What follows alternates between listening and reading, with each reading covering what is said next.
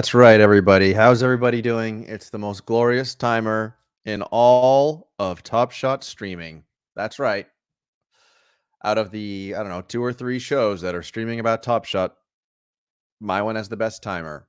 Everybody knows it. You know it. We know it. We all know it. How's everybody doing? I'm feeling pretty good. The Celtics are up 3-0 in the finals.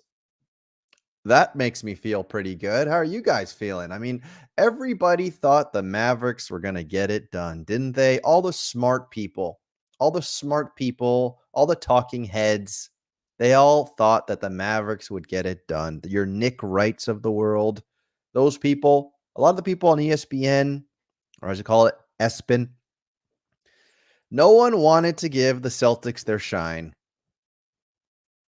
Tatum's not clutch, they said. Tatum misses too many shots. Wah. Well, folks, the Celtics are up 3-0. And for those people who complained, the Celtics, it was too easy. The other players were injured.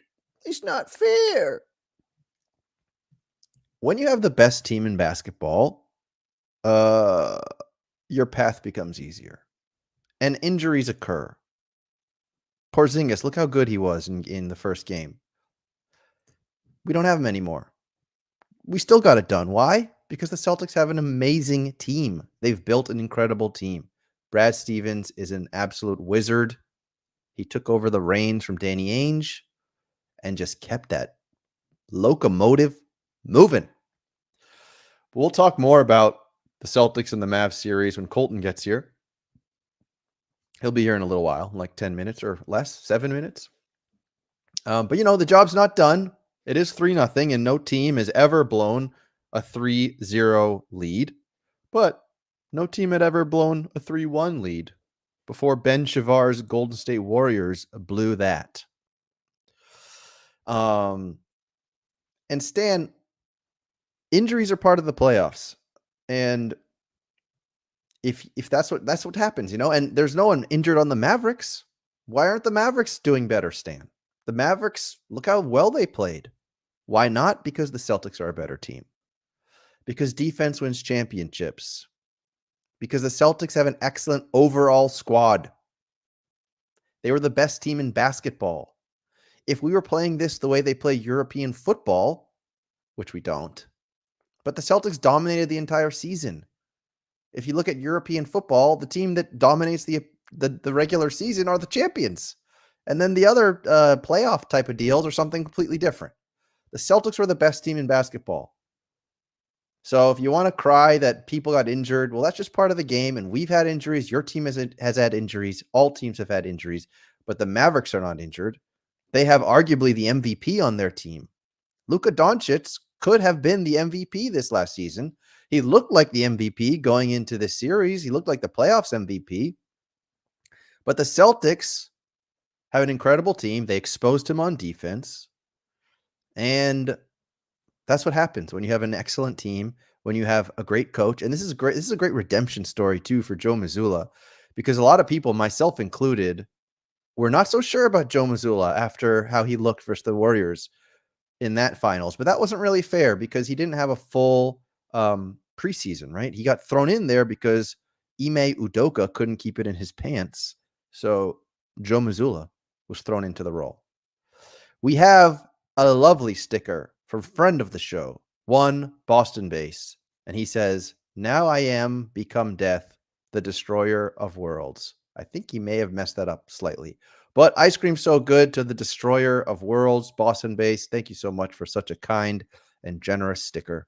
I appreciate you, sir. So let's catch up on the chat a little bit. Jesse is already saying, "Congrats on your championship," but you know what? It's not done yet, Jesse. Job's not done, as the late Kobe Bryant would say. Ginobili Sora says, "We are a cone. We are all cones." Jesse says, "Brad Stevens deserve a statue." Airplane says, "Luka is a cone. Kyrie is a cone." Oh, on defense. I see what you're saying. Definitely not on offense. And we have a new name in the chat, ForceCom, who says Holiday and White are huge. ForceCom, thanks for being here, sir or lady. Please make sure to like and subscribe. We'd love to keep in touch with you, ForceCom. All right. And Jesse says, "I hate the Celtics as a Lakers fan, but the Celtics are the best team. Adding Holiday was huge, and that's so true. The fact that the Bucks just left Holiday to the side of the road like an old used toy so they could go get the shiny object in Dame Lillard, and what happens? You see, that should teach you. There's a lesson in there, as they say on Twitter. There's a lesson in there." All right. Colton is in the back. Let's bring him in. What should we bring him in with? Does he deserve a community? Is there something else we should give him because he sits on the hardwood floor? I guess we'll give him this one because when I see his selfies on the floor of the Boston Garden, the only thing I can think is this right here. I want that one so bad. My.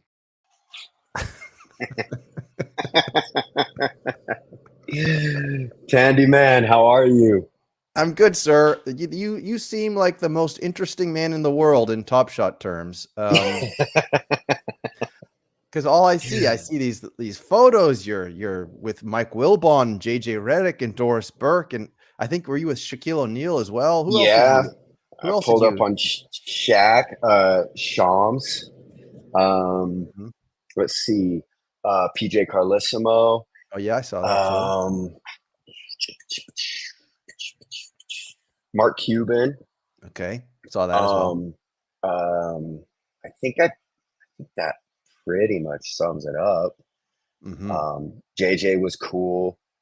I got to chat with Jalen's personal assistant for a while. How did you know who that was? Friend. He's working on some stuff with a friend of mine that I traveled there with through some collaboration stuff through like Burton Snowboards. So we talked for a while. I tried to we asked if Jalen would sign I was wearing a Jaylen Brown jersey. He's one of my favorite non-Jazz players in the league, him and Dame.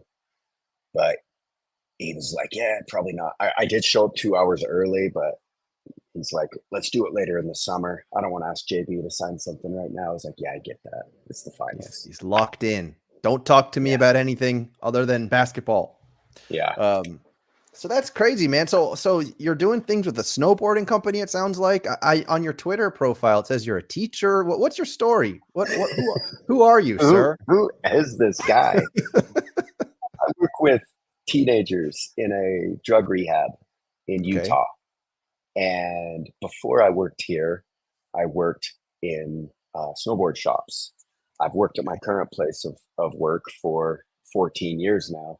Mhm. Sometimes people come through the program that, I work with kids for about a year at a time. I say kids, they're usually 18, 17, 18. Um, and sometimes they go on to do great things, and they sometimes remember the little guys that helped them along the way. Um, So we're starting to so piece together the puzzle here. so sometimes you are friends with the future CEO of Burton Snowboards, and they're Ah. amazing people. Okay, alright, so I think we just solved the puzzle, we just solved the So riddle. the family, Jake Burton Carpenter founded Burton Snowboards. And I've shared this story a few times. He is from New York. He pioneered snowboarding. Like I said, he started Burton Snowboards.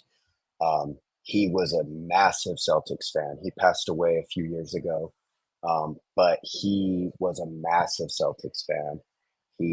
And they held those courtside season tickets for um, like 28 years now, Wow. and um, so and Burton recently did a collaboration with the Celtics. Actually, I know I DM'd it to Boston based, but they did a snowboard where um, a snowboard where it had the floor from the '08 finals like in the board. So Wow. sick, and they made 50 of them. And then Jason Tatum heard about it, and he's like, "You need to make 51." So those were pretty badass. Yes, I am Hobbs's butler. No, I have never soaked. I don't think that's real. I What think does that that mean, Colton? What is being it soaked? soaked is a joke that people make about Mormons, which I love Mormon jokes, but I don't think that Mormons actually do that. It's where you like, is this an adult pod? Like, it's inappropriate. I'll throw the disclaimer on the episode. Well,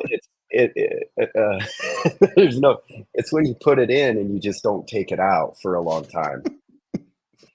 Okay. So it's just kind of soaking. Um, What the hell? and there's a joke that like that's what Mormons do to get away with like not having sex. Oh my Um, gosh. I'm This is not news to Mormon, me. but I love I've this. lived in Utah my whole life. I know lots of Mormons. I've asked around like, is this a real thing? I I don't think it is, but I mean we can believe that it is because it's funny as hell. They do really weird things. It's well documented according to Boston based. Maybe it is. Maybe you're more plugged into the Mormon scene than I am. Oh, I'm very plugged in. My second podcast is actually a Mormon podcast dedicated to soaking. You're an expert on the topic. Yeah, I actually I know more about this than you would know. Wow, that's crazy. I'm glad that I learned about this today because that's one of the craziest things I've ever heard. I Yeah. can't I can't believe that. Like now, I'm gonna want to talk about this for an hour. Like I can't believe. I Yeah. can't believe that this is even a thing. That Supposedly it like stems from BYU, like the BYU kids. I as don't. long as you don't move around, it doesn't count. Yeah, as long as there's What? not an in and an out. Yeah, But if there's an it's in, it counts. yeah. I know. I know. It's wild. Oh, So I'll geez. continue to research. I'll continue to ask around. Oh my But gosh. Wow. Well, I'm yeah. glad whoever shared that question, thank you very much. Yeah, that was airplane mode. Thank you, airplane mode. Yeah, you're welcome. I appreciate that. Um, well, So that's how I okay. ended up. So last year, my buddy was like, "Yo, let's hit some playoff games." So I went out for the Philadelphia series, and this year it was just the way it worked out. Like he's like, "Come out for the finals." I'm like, "You serious?" It's like, "Yeah." So obviously, Unbelievable. I pulled up. So all these people that you met, I asked you about the aftershave. You told me that JJ Redick wore the most aftershave. Yeah, he was dressed to the nines. He stayed. Coincidentally we were on the same floor in the same hotel, as like all the ESPN people. So JJ, I came out of my room and then JJ came out of his, and I was trying to just play it cool. It was hard, but I was like, dude, what's up, JJ? I was like, and it was true. I just got done listening to his podcast that he had released that day with Zach Lowe. So we talked about that for a second, and then, you know, I love Rudy Gobert. I'm a Jazz fan. I was like, dude, I appreciate you doing that podcast with Rudy Gobert, and he seemed kind of confused, like, and I don't know if you've heard that pod. He did it like 2 months ago. Basically, it was just Rudy like explaining himself to everybody because everyone shits on Rudy, especially Draymond. So I was like, dude, thank you for doing that. I'm from Utah. Jazz fans are always defending Rudy. Everyone shits on Rudy. And then I just went in, for some reason, I just was like inspired to just go in on Draymond Green. Nice. I hate Draymond Green more than anyone in the NBA. And I didn't hold back with letting Mr. Redick know how much I hate Draymond Green. And it was funny because JJ was like, it was so funny because he clearly agreed with everything I was saying, but he couldn't say anything. But he's like, you know, I used to defend Draymond to people. I get it. I used to always defend him to people, but I can't even, like, I don't agree with what Draymond is doing. I was like, thank you, sir. Yeah. And that was the end of our elevator ride. Snapped a flick with him. He was super cool, friendly. That's awesome. And possibly the next Lakers coach. I'm not sure if that's such a good decision, but yeah, I mean, we'll see. I mean, it sort of seems like a kind of like almost like a Hollywood decision, just because it would make for an interesting story. But you know, I don't think he's ever coached at any level, but you never know. I mean, Jason Kidd's in the finals. He wasn't a coach before he retired a player, so you never know. It could work. But I think that like any team, any coach that has to deal with LeBron James, they're set up to fail. Yeah, exactly. Tyronn Lue said it was like the hardest job he's ever had, the hardest coaching job he's ever had. He's a great coach. Yeah. So, think how much the pressure is just going to increase and increase and increase as the end is nearer and nearer for LeBron James. Like, if you don't get this right, like, we're going to fire you in like the next 3 weeks. You know? You have 9 days. I know. Seriously. Yeah, I agree. Draymond Green is a pain in the ass. We talk about but what's so crazy to me about Draymond Green, and I talk about this all the time, but like, why is he so untouchable? Why is Draymond Green? Maybe you have a take on this. Why can he do absolutely anything, and there's no repercussions and be on TNT whatsoever? 2 weeks later, None. broadcasting games? Yeah, I don't get it. I don't understand it. He must have dirt on Adam Silver. He has to.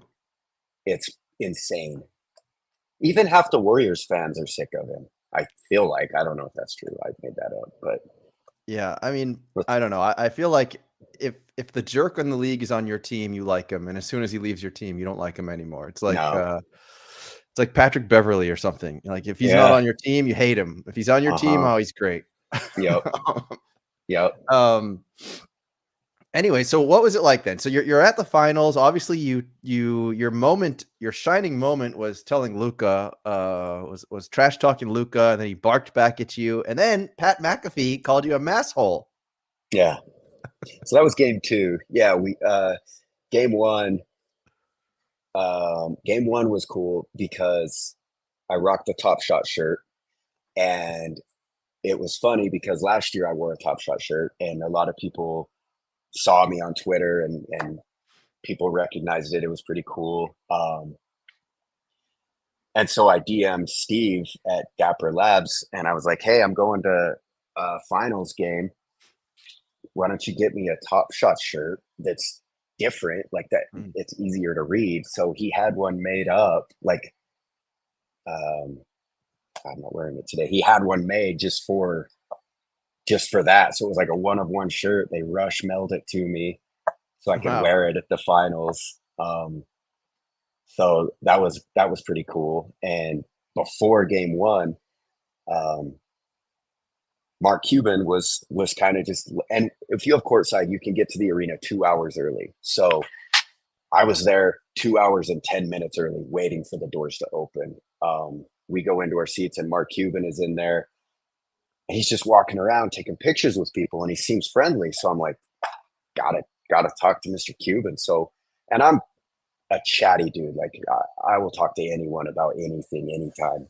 So I walk up to Cuban. I'm like, dude, how are you? Can I get a picture with you? And he's like, hell yeah, come here. And it's super like inviting, very like welcoming person, like persona. You know what I mean?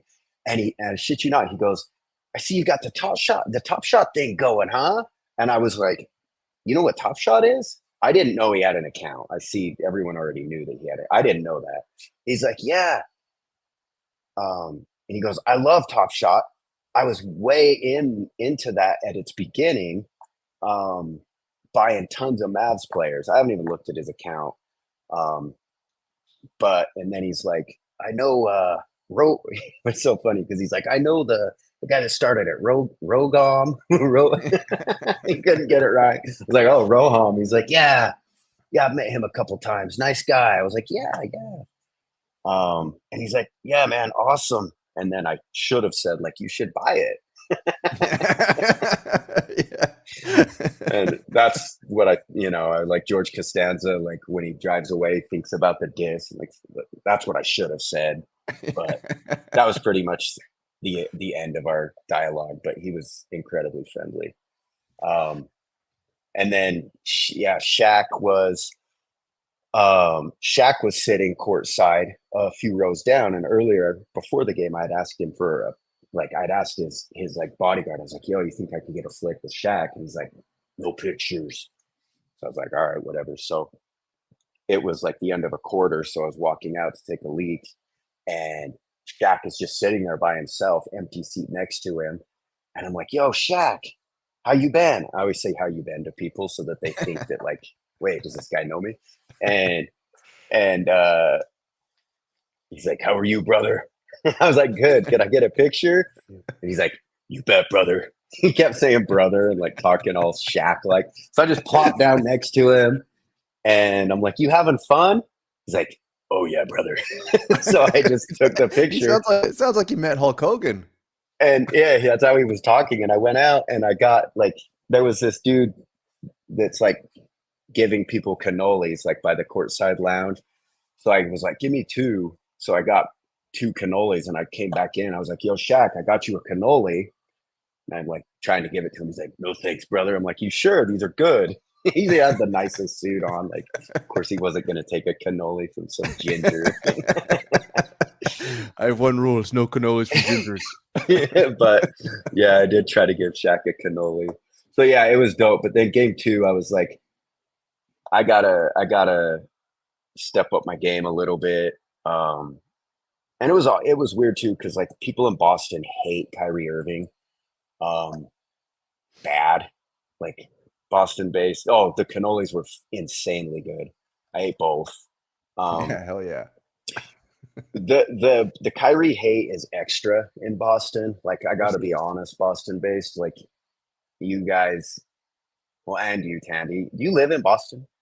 I don't. I used to. Okay. I was born and raised in Boston, but now I'm not there anymore. It's excessive. Like the Kyrie sucks chants were weird, like excessive. Like the stuff people are yelling to Kyrie is like, it just seems, I don't know. It was weird, and I like Kyrie, so I'm like not ever saying anything to Kyrie. My buddy's teasing Kyrie for burning sage, Hell yeah. and Kyrie comes over and he's like, "What'd you say?" My buddy's like, "Yeah, sage. You gonna burn some sage to get rid of all this energy?" And he's like, Yeah. "Don't make fun of my culture." And I was like, he went shit. there. I'm just like, in Dumb and Dumber when Harry and Lloyd are at the table and he throws the salt and hits Seabass. Yeah. That was me. Like totally wanted to be gone. But Yeah. and Luca's dope. I love Luca, but I hate how much he whines. So I learned how to say "stop crying" in Slovenian. How do you say that? No hi Yokati. So you're screaming that at him? Yeah, so I was yelling that at the beginning, and then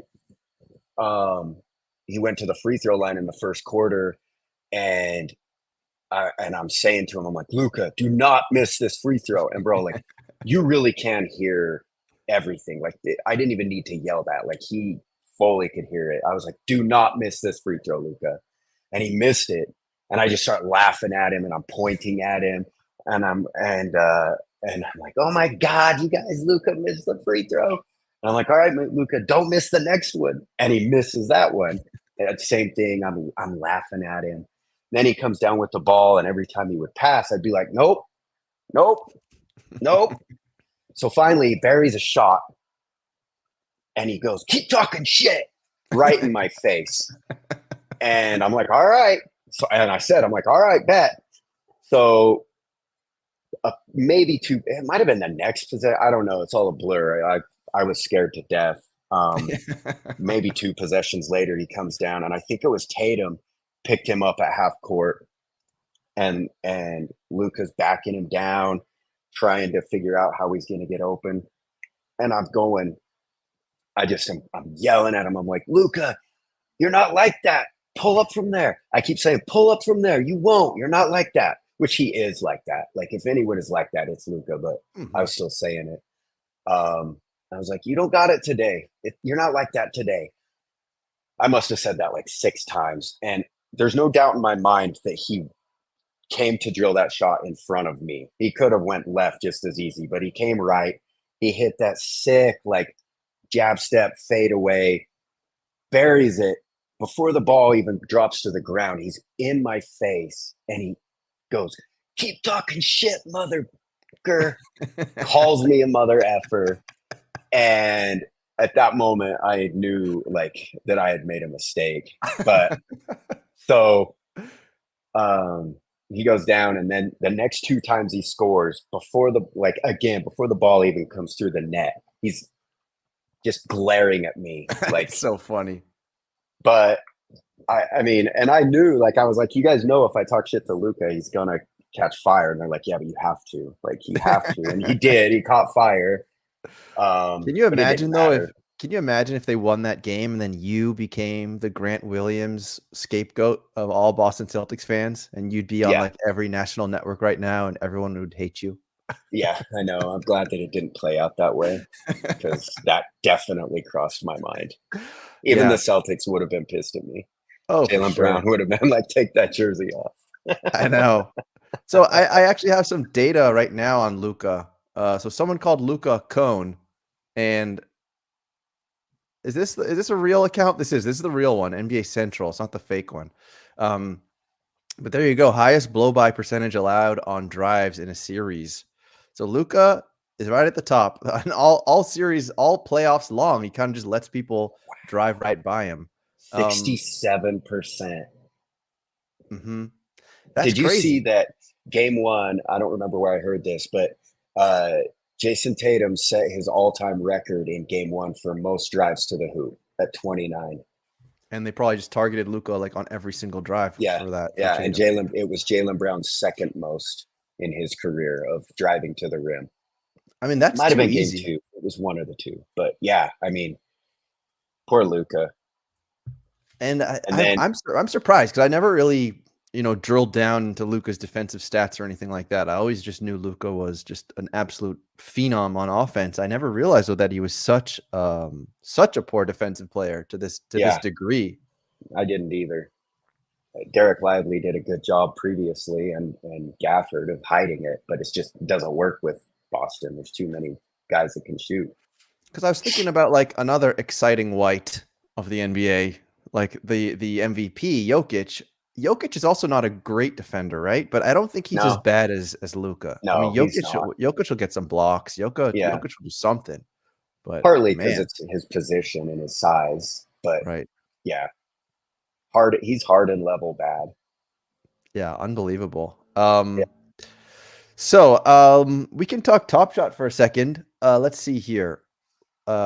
We will share this right here. Hold on. So there was a tweet from Lakers OX08X24. Yes. Which he's a big time collector. Yes, he is. If ever you have a really great cereal, this is the guy who will buy it from you. Yep. And so he basically made a complaint about how the collecting and social aspects of the platform haven't changed enough, and that the focus has been more on redemptions and on games like fast break. And then so Jacob showed up. So I thought we could just read his reply and just see how we feel about it. So he said, Yeah. I fully agree. We need to ship faster around the collecting experience and in general.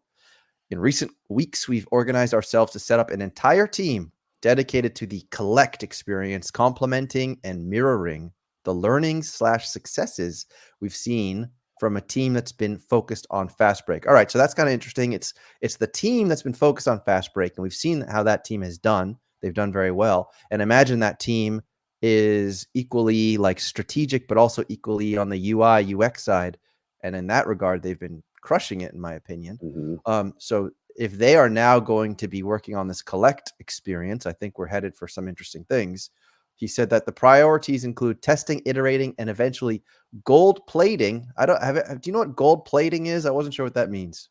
No, All right. So no gold idea. plating, and it's not soaking, but it's gold plating, a Right. first time collector experience to provide interactive collecting loops that ensure a smooth landing into the product.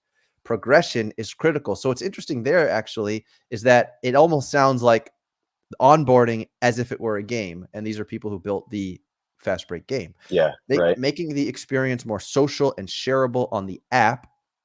So I think that just means externally off the app. So make it more social. I don't know if that means socially inside the app or but That's something that shareable.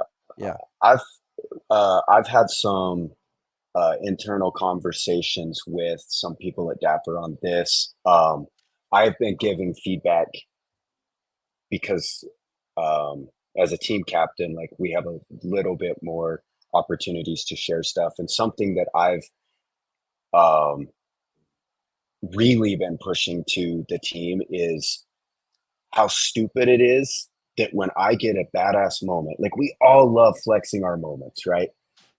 It's so stupid that I have to screenshot my moment and share a JPEG of a screenshot when Mhm. there should be a thumbnail that is, I have an IO sitting right there that was like $300. Like I should be able to get a thumbnail JPEG that's picture a basketball card, but it's got the serial number on it. It's got the player, the set, and then it's the JPEG of the moment, right? That Mhm. should have been in product a year ago.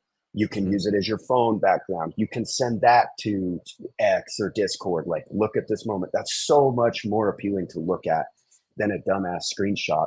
And furthermore, you can then go to Walgreens, buy a $19 digital picture frame, and get a cool ass slideshow of your favorite moments on it. So I Mhm. think that's part of what they're talking about with the more making it more shareable. Right. I think you're right. Social, I hope, has something to do with inside the app. I think that is sort of a large undertaking, but it would be cool to see Yeah. more of like connecting with other people inside the app. But yeah, shareable, like you said, you get something cool, you can easily share it to social media and so forth. Highlighting noteworthy collector activity. So we have seen that already. Yeah. He said the first experiment shipped on the homepage as proof of concept. I think it's pretty rough though, what we've seen on the homepage. It's like, "Oh, this collector just bought 20 Grant Williams." It's like, who cares?" Like, I think, it needs to be somehow curated a little bit. I'm not sure exactly how, but maybe, for example, it could almost be like a feed. If we get more social, we can follow our friends, we can follow specific people, then see what they're Yeah. up to. Um, In-platform trading, that's sort of a no-brainer. I imagine that's on its way relatively Right. soon. Pack marketplace needs to be better. Okay, that's fine. And better collecting tools, better marketplace data. So I'm not sure. Well, I don't really know what that means, but deepening collectors' profiles. Overview needs to better reflect who you are as a collector rather than which pack you last ripped. So yeah, I think pinned moments is like the introduction to something like that. But Mhm. as Lakers said as well, he wants to see something way beyond that. And that makes sense just because of how we used to collect cards when we were young. And we put certain Right. things in our top page and we put certain things in our screw holders and showed off those Yeah. cards. Like that's how it should feel. Um, so yeah, I think that's all good stuff. I mean, obviously we want to see things and not Well, hear things, but just see it and play with it, and when then I we'll be able to know. I agree, Banana. We should go 5 pins, not three, so you can have like a starting five. Mm, Um, and I think, but when you look at that list, none of that stuff to me seems far fetched. Like it no. can't be in product in the next half a year. ish. Like, Oh, I totally a- agree. and something that I think people are, I mean, I'm always the Top Shot optimist, so sorry if you're not, but I think that they really, people are like, they need to do more marketing, they need to do more advertising, which I agree with, they do. But I really think that this year their focus was, let's launch Fast Break so that we have something more marketable than buying a moment. So, I don't have like specific information, but I do think that we're going to see more advertising, more marketing next year because they have Fast Break is so marketable. I totally agree. So, I was thinking about this as well, which is that so I had a guest on last week who was a New York Knicks. He's a New York Knicks podcast, right? And I mhm, think that there's a whole world of communities that don't really know anything about Top Shot, not really interested in Top Shot, but there's some really diverse and strong team communities. Even if you go and open up Playback, for example, you'll see that there's tons of communities of every single team. There's team communities. There's sort of like basketball talking head sort of amateurs that have their own team communities. Like if you think about how many communities are out there that have nothing to do with Top Shot, and then you imagine, well, if we can create a version or we can create Fast Break, but make it very easy for all those people to get involved and compete against each other, compete inside their communities. I mean, why wouldn't you want to do that? It's like, in my yeah, opinion, it's such a fun game. It's so easy to understand. It's yeah. competitive. It's flashy. It's easy to do. So hmm that's where you put your marketing money, in my opinion. And we've already seen, I mean, it was too late in the year. I don't fault them for this, but we've already seen the rollout of leagues Hmm. in Fast Break. Yep. Imagine next year when we can have leagues that have different moment requirements, only Jazz moments for the Jazz channel, only Celtics players for the Celtics channel, be in 9 different leagues. There's so many possibilities. Absolutely. And I feel like they have to lean into this thing because it's just so clean. Um, I Yeah. mean, I think that obviously we hope that the collectible side of this is better understood by the general public. Uh, but obviously there's something holding that back. Like the digital crowd has found Top Shot, I feel, and a lot of people found it and left it to go like flip board apes and whatever else. So somehow it's like a different section of the digital crowd. It's not the crypto Twitter crowd. It's not the NFT Twitter crowd. No. It's the other crowds. And that's why I believe that it's like those other fan communities that I don't even really know much about, but they're all out there and there's lots of them Uh-huh. and there's a very popular too. I mean, I'm sure that you probably are part of some online or have been part of online jazz communities like Yeah. on subreddits Totally. or YouTube channels or Facebook pages or Yep. to me that is all really ripe for the taking and it's not as broad. I feel like they got to do that. Like as much as people want to see Top Shot plastered everywhere on every NBA telecast, on every NBA backboard, you have to think that the bang for your buck might not be that great there just because Top Shot's kind of an intricate thing to truly understand. Like there's a Yeah. learning curve involved. So I feel Yeah. like you target, you kind of snipe your communities. That's how I believe that they Yeah. should attack this. I like that. I think you're spot on with that. I've never even really considered it that way. I always think about how how like fun it is to collect, um, and how obviously like streamlined the collecting experience is. Because I came from cardboard collecting. I'm not. I don't know what a crypto is. Like Yeah. I don't do that, and those are the people that typically are the really pissed off ones all the time, are the ones that came more from crypto that want Top Shot to be a financial tool. Hmm. As soon as more of those people leave, I mean, you need some of that. Like you totally need some of that. Um, and there's flippers in cardboard too. But like even flippers have like their personal collection. That like, oh, this is to flip. This is for my PC. I need that for my PC. Like people are always talking about their PC. In Top Shot, like the greatest pirate hunter, whatever the hell that bot, he doesn't have a PC. You know what I mean? So we just need to get more people. Wait, we want people to leave now? Kind of. Dude, I buy cards all the time and I end up throwing the pack in the garbage when by the time I leave. Like it's all commons, like it's junk. Like imagine going back to the checker at Target and being like, this was a shit pack. Like you know what you're signing up for. Like, do you want it or not? Mhm. So You're right. There's sort of this, I don't know how to explain it. It's like, what's the word? There's like a good analogy here, but it's because of how something was built. It's like you can never quite detach yourself from it. I don't know. There's probably an yeah, analogy that I'm yeah, missing. You probably know of yeah. one, but it's No, like, I'm oh, not very that's how it smart. is, and that's how it can. That's how it should. Oh, in a way, Yeah, always be like that. Those were the good old days. Make Top Shot great again. Back yeah, when, like back when I ripped a pack and I could flip it for $300, I will bring back $300 profits from $19 packs. We're gonna make Top Shot great again, folks. yeah, yeah. Just need China. um. Anyways, you got some haters in the chat now. They're they don't like your takes, but that's okay. I think that there's Yeah, an no, you're aspect. right, Stan. Like most Mhm. Top Shot users are crypto people, but what I'm saying is we need more collectors so that, like nobody wants a jazz moment except me. Like I need, people in Utah to want to collect jazz moments so that the jazz, so that like it's still special to have a Carl Malone moment because there's only 450 of them or something. But I also, don't know I if that think that makes sense. that idea, in my opinion, is where Top Shot had that potential to become something very special, because you can segment collectors in a certain way. Oh, you have the jazz team set, or you made them your favorite team. Well, guess what? Now you have an entry into something unique or special. And because this is like Web3, that's what that's all about.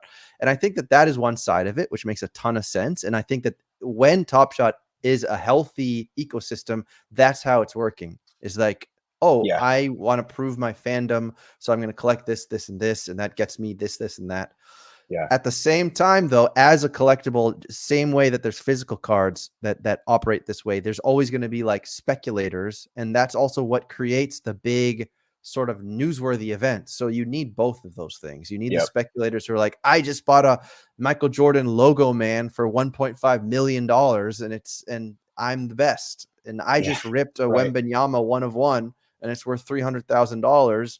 And now I'm going to go sell it to some other guy. And like that, Yeah. it's just two different things, not Yeah, and you necessarily. do need both. You do Yeah, need both. And I'm not, yeah, it did make it sound like I wanted, what's it called, to crypto people to leave. It's not that. It's just that I want more collectors to jump in. And so how yeah, do we target collectors?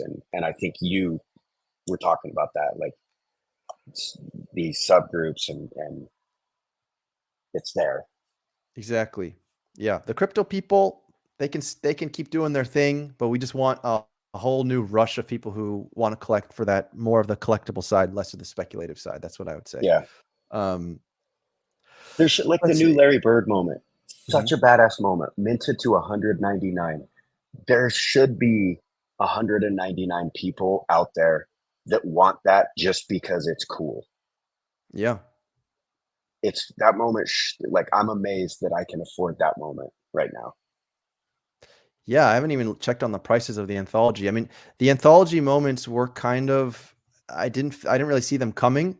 Um, Right? that part was a little strange. But yeah, we can take a look actually at those prices right now. So if we open that up, I believe it was this moment here. This is the rare. So that's Yeah. going for 63. $63. Yep. It's in the garden. It's a And home game. mhm. It's his new. But I think that's isn't like it his newest? it is super cool, but that's also the gift and the curse. Like that's the gift and the curse of the instantaneous marketplace, because when you rip this card or this moment, you basically just compare it to the other rares and you think, all right, well, I see what those are going for right now, and I'm going to price it here. But if you look at the circulation, if that should matter, you would think it should, like it's half the circulation of this one and it's cheaper. So like Yeah. that's not a very efficient Right. market. So if we go look, let's see the thin floor, smash that floor. Yeah, see a lot of people are still pricing it pretty low. Yeah. Um, Don't smash the so floor yeah, till next payday when I buy one. yeah. Okay, Boston based. So there's a lot that are pretty low priced there.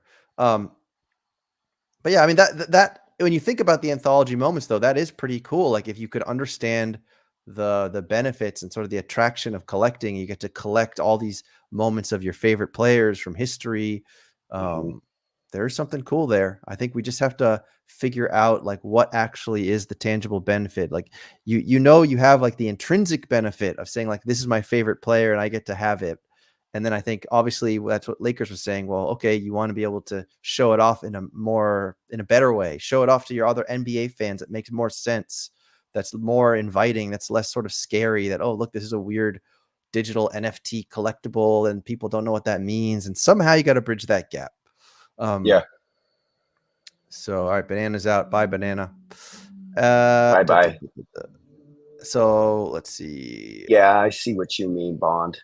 Having Larry Bird releases while they're pushing fast breaks seems weird. Yeah, maybe they should have dropped Anthology more in the dead of summer. Maybe, yeah, because Dead of Summer, obviously. I just think I was expecting to see something about the finals, you know? I mean, Yeah. we're going to see a legendary finals drop soon. And obviously Yeah. we continue to see sort of trickling out of marketing around these around redemptions and things of that nature. But I think just the nature of the redemptions, it's like you had your one pack drop, and after that, it's just sort of just talking about it. And I think Yeah. maybe that feels different. Let's see what else. Oh, so Stan Loves wants to show you the fist bump. So let's show you the fist bump.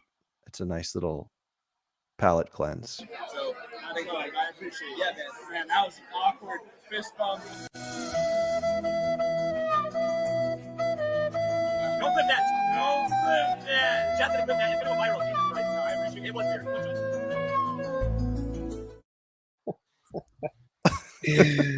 Incredible. So Jacob was on, Jacob was on the show and he's like, I think you should change the music. I'm like, oh man, Yeah. I gotta change the music. Yeah, I watched that. That was a good episode. I appreciate that. So what else can we talk about? One fun thing to talk about is this narrative that that Jason Tatum isn't happy. Well, first of all, just guessing who's going to be the MVP of the finals. We could talk about that. I mean, now, granted, it's JB. the finals are not over, but I would agree. I think it's Jaylen Brown right now. But it's interesting because Jason Tatum scored a lot of points last night. Jaylen Brown though has definitely had more memorable moments in this finals. I mean that tomahawk jam last night was filthy, and I feel like he's trying to do that once a game. Yeah, I love it. He's just been an amazing. I mean, I feel like he's playing at his all-time peak right now. Just like game-winning shots versus like the Pacers when they almost blew that game one, and he's just nailing it in the corner. I mean, the whole playoffs, Jaylen Brown can't hit a free throw, but he can hit a double team blanketed in the corner, falling out of bounds three. Unreal. He's a monster. He really is. But what will be interesting to me though is what happens if the Celtics win Game 4. If like let's just say Tatum goes on an absolute heater and scores like 55 points, and the Celtics just blow him away and win the finals. Do you think that the voters will give it to Jaylen Brown? Like, what if Game 4 Tatum scores 50 points, 8 rebounds, 7 assists? Do you think it's going to be by recency bias if let's say Jaylen Brown has an off night? I think JB still gets it.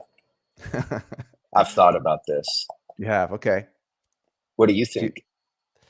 It's a great question. I mean, I think JB deserves it, but I do think there's a version here because I think you could almost make the argument that Tatum could still win it because they are throwing everything at Tatum. They're like not giving Tatum a chance to do anything, and he's still facilitating. So these games where they're throwing everything at him, he has a bunch of assists, a bunch of rebounds. He's always finding the open man.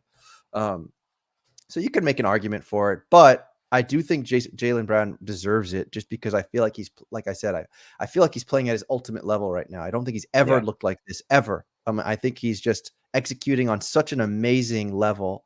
And not only that, but I love that clip of him, and you'll probably appreciate this too as a counselor when he's become the leader of the team. So he's bringing the guys together, and he's telling Tatum, he's like, Tatum, like, this is what we're here for. Like, breathe into it. Don't be afraid of this moment. Like, Hmm. like, wow, this guy's Yeah. amazing.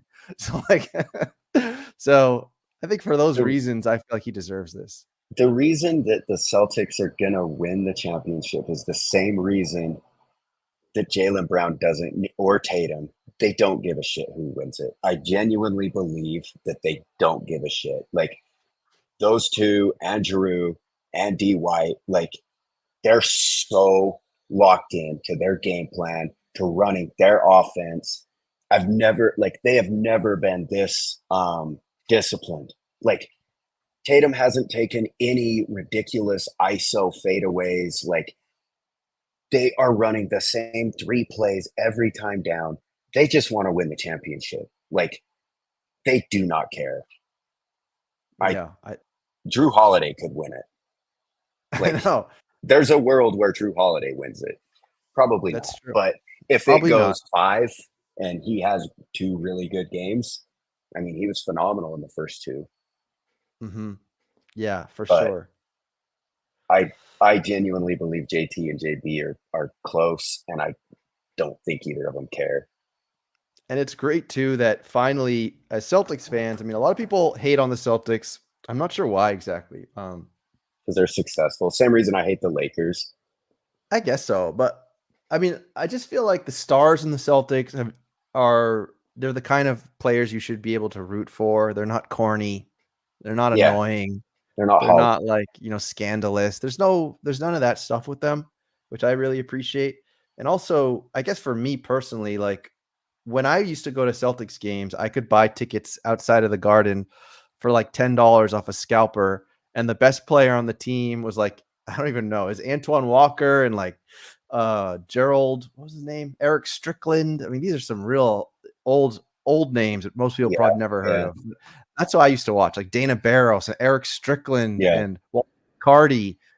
Like, so the people like me who remember those teams, I mean, granted, we did win it when we put together the super team, but and also just watching how the Celtics sort of fumbled it away versus the Warriors, it just looked like they weren't ready. Now they're back and they're just firing on all cylinders. It's just really satisfying. And these players too, like Jaylen Brown and Jason Tatum, homegrown talent. You have to appreciate that. Even the Warriors and Draymond Green that we love so much. I mean, they're all that team is completely like homegrown. And so being able to win that way, I feel is pretty special.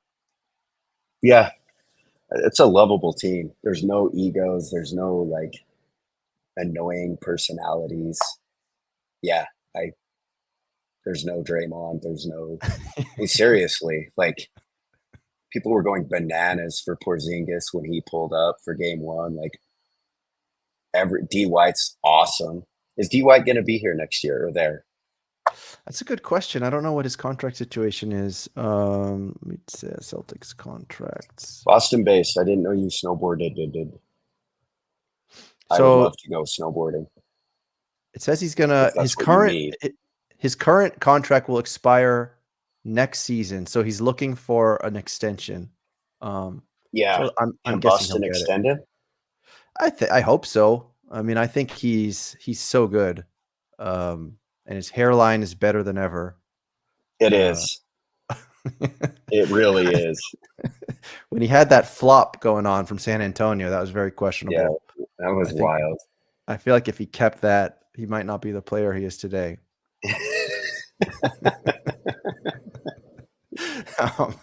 But anyway, yeah. So that's really good. What about the Jazz? I mean, what do the Jazz got going on these days? They got the nice Walker Kessler Jr. or whatever his name is, and Yeah, Walker got, Kessler. We have Keontae George, who was 16th pick, but he was all rookie second team. He's going to be awesome. Taylor Hendricks is going to be a damn good defender. and we have Danny Ainge, who you know very well. Of course. So Will Hardy, former Celtic assistant. Okay. You know, I think the future is bright, but the current is shitty. I mean, look, We Laurie decided to Marketing tank it. though. Oh, he's phenomenal. He's Yeah. so good. I think the Jazz might completely tank next year for Cooper, or they're one trade away from being really good too. So who knows? I love Colin Sexton. Sexton is kind of like Marcus Smart with a jumper. Yeah, I have strange feelings for Sexton because when I was in a fever dream of NBA Top Shot during the peak, I bought I spent so much money on a what's it called again? That set, the early adopter set, and it was the Colin Sexton dunk. There's his TSD, Yeah. and man, I don't even want to know. Yeah, don't look. I'm not looking. I mean, I sold it sorry. at a quite the loss already, but it's like if I look at it today, I think it's probably you could probably pick that up for $10 It's $20. today. I think it's 20. Yeah. Well, maybe it's down to 10. So sometimes I think like should I buy that just sort of Throwback. as some kind of a memento? Yeah, No, I think you should. it's actually $9 today. It's $9. I thought it was still like 20. His rare of that rough. moment is 75, but his TSD is actually only $3. So if you like Colin Sexton, you can go load up the boat. Yeah. But those are the situations though where it would make sense to the utility would be beyond just the collecting side. It would be like I get to be part of something special if I hold, I don't know, however many Colin Sexton. Right.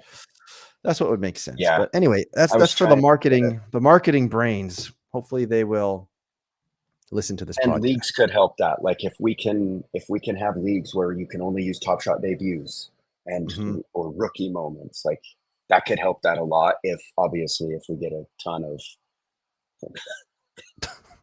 Boston chill. If we get a ton of new users, that would be huge. But Colin Sexton, that's incredible. That's so good. I think that should be his new name. Yeah, I'm gonna refer to him as that from now on in the Jazz chat. Sexton. Oh man, soaking. Yeah, I guess that's all I got. I mean, I'm looking forward to the rest of the finals, of course. I mean, it definitely feels over. I can't believe that Luka fouled out. I sort of felt, you know, when Kevin Durant pops his Achilles or the back of his leg, and then Drake's on the sidelines like, oh no, oh heavens, no. Yeah, you know, yeah. That's like. That's kind of how I felt when Luka fouled out. Like, oh, yeah, it was getting close. But low key, do you want to see Game 5 so they can wrap it up in Boston, or are you just like finish them? I think you just gotta finish them. I mean, you just gotta win. I think because if you can start getting cute, it's like playing fast break. You get too cute, you say, "Oh, let's win it at home." Then Game 5, you know, Kyrie and Luka pull a rabbit out of a hat, and all of a sudden they take that game, and now it's 3-2. Yeah. You know, no thanks. I don't want to see that. But you know, as a basketball fan though, when I was watching back the game, and it's like when Luka fouls out, it's like, oh man, like as an NBA fan, you don't want to see that. You want to like I kind of in a way I wish he didn't foul out. I wish that we won and you know he took the game-winning shot and missed it or something like that instead of him watching from the side. But you got to imagine that he probably had way more than 6 fouls to even be able to foul out. He probably had like 15 fouls. Totally. So apparently some WNBA fast break packs are selling. There you go. Hell yeah. I've never bought a WNBA pack before. No, I think that was for playing fast break and winning. Break, so, yeah, I know. Yeah. I did win one of those. I won the single win. Okay. The one win pack. I ripped it. Yeah. I don't know who I pulled. That's how I'm doing on these finals packs as well. One I win. need to get that gal from LA. She was like the second or third pick. Yeah, the tall one. Yeah, she's gorgeous. I know. She like isn't that weird too? How like this didn't happen. I feel like this never happened before. This is something new, where now the WNBA it's all about like the fits and like the so almost like the catwalks of these Yeah, players. she's Isn't like that rocking her like. Yeah, I know. It's cool. I'm happy for them. yeah, it is cool. They're Oh, finding their niche. you took the L, bro. I'm sorry. Yeah, Boston Base was What never did gonna. I wonder what it was had. Wonder what it had. Yeah, it must have something good. I think I got to give Boston Base this clip. I am never going to financially recover from this.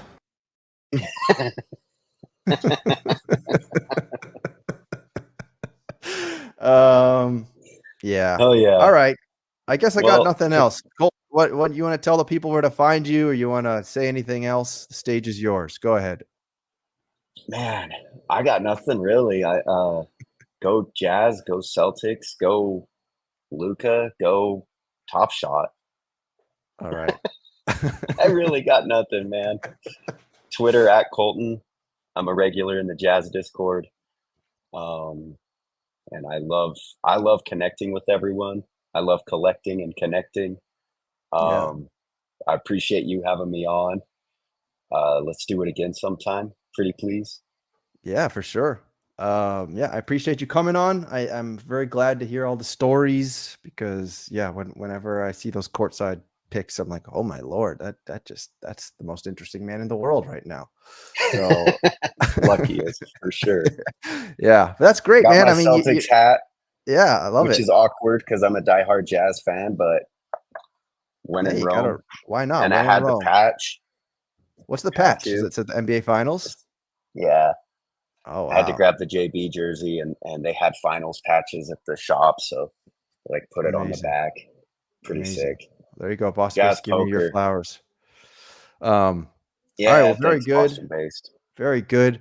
And yeah, very nice to learn more about you and that's great the work that you're doing. That must be very worthwhile and rewarding the fact that you get to do that work. So that's very cool. Yeah, it's fun. And I'm glad that it's all working out. So let's see what else. Yeah, thank you so much for having me on. Pride, flower, rainbow, and heart. I agree. Yeah. All right, man. Well, thank you so much. Stan, we're gonna run Jazz Poker soon. Oh, there you go. Jazz poker. I hate poker, but I know you love it. Yeah, we'll do poker soon. Actually, me and Hobbs were talking about it. So, What's jazz poker? You just have to have enough moments to be in the Discord, and then you guys run a no, poker we game? just the jazz community used to do a lot of Club GG poker tournaments. Okay. I hate it. I hate video poker, so I Okay. never am very motivated to do it. But the people love it So why do you hate it? because probably because I lose at it. Okay.